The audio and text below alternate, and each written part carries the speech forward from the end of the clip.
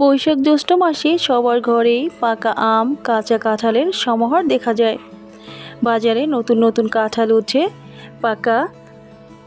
অনেকেই আছেন যারা পাকা কাঁঠাল খেতে পছন্দ করেন না, এর ভিতরে বীজটা খেতে খুব পছন্দ করেন। আমার কাছেও কিন্তু এই বীজটা খুবই ফেভারিট। আমার কাছে পাকা কাঁঠাল তেমনটাও পছন্দের নয়। তো আজ আমি দেখিয়ে দিব কিভাবে কাঁঠালের বীজটা খুবই সহজে রান্না করা যায়। অবশ্যই রেসিপিটি ভালো লাগবে, ভালো লাগলে সাবস্ক্রাইব করে পাশে থাকবেন, প্রেস বাটনটি অন করবেন নোটিফিকেশন সবার আগে পাওয়ার জন্য। তো লেটস গো স্টার্ট। এখানে আমি দুটো বাচ্চা কবুতর নিয়েছি আর নিয়েছি কাঁঠালের বীজ পরিষ্কার করে মাঝখান থেকে একটু ভাগ করে নিয়েছি, সাথে অল্প কিছু আলু নিয়েছি মশলা। চুলায় একটা প্যান বসিয়ে তেলটা গরম হওয়ার পরে পেঁয়াজ কুচিটা অ্যাড করে দিয়েছি। আমি সরিষার তেলটা দিয়েছি, দেখতেই পাচ্ছেন উপরে অনেক ফেনা উঠে যাচ্ছে। দিয়ে দিলাম গরম মশলা, দিয়ে দিয়েছি 1 স্পুন হলুদের গুঁড়ো, 2 স্পুন লাল মরিচের গুঁড়ো, দিয়ে দিলাম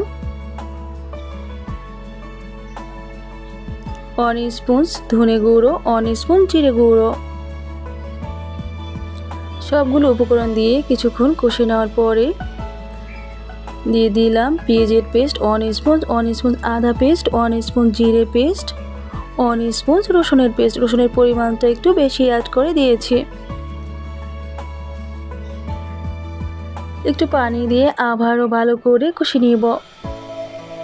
কষা হয়ে গেছে, মাংসটা অ্যাড করে দিলাম। কিছুক্ষণ মাংসটা ভালো করে এভাবে মশলার সাথে অ্যাবজর্ব করে নিচ্ছি। একটু ঢেকে দেওয়ার পরে ভিতর থেকে রসটা বেরিয়ে আসছে।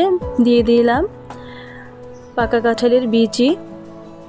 সবগুলো উপকরণ দিয়ে একটু লবণ দিয়ে আবারও কিছুক্ষণ নেড়ে চেড়ে অ্যাবজর্ব করে দিয়েছি।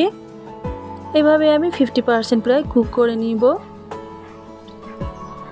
আমার প্রায় 50% কুক হয়ে গেছে। এ পর্যায়ে গরম পানি অ্যাড করে দিয়েছি। ঠান্ডা পানি একদমই অ্যাড করলে একদমই ড্রাই হয়ে যাবে। দেখতে পাচ্ছেন একদমই রেডি। খুবই সহজে অল্প টাইমে আমি কিভাবে পাকা কাঁঠালের বীজ কবুতরের মাংস দিয়ে রান্না করে নিলাম। আপনারা বাসায় একবার এভাবে ট্রাই করে দেখবেন, অবশ্যই খেতে বেশ কিন্তু ভালো হয়েছে। দেখে বোঝা যাচ্ছে কতটা লোভনীয়। আপনাদের কাছে কেমন লেগেছে অবশ্যই আমাকে কমেন্ট বক্সে জানিয়ে দিবেন। সুন্দর হাতটা দিয়ে একটা লাইক করে দিবেন, বন্ধুদের সাথে শেয়ার করতে ভুলবেন না।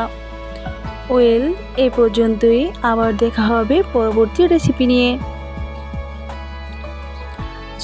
ভালো থাকবেন, সুস্থ থাকবেন। আল্লাহ হাফেজ।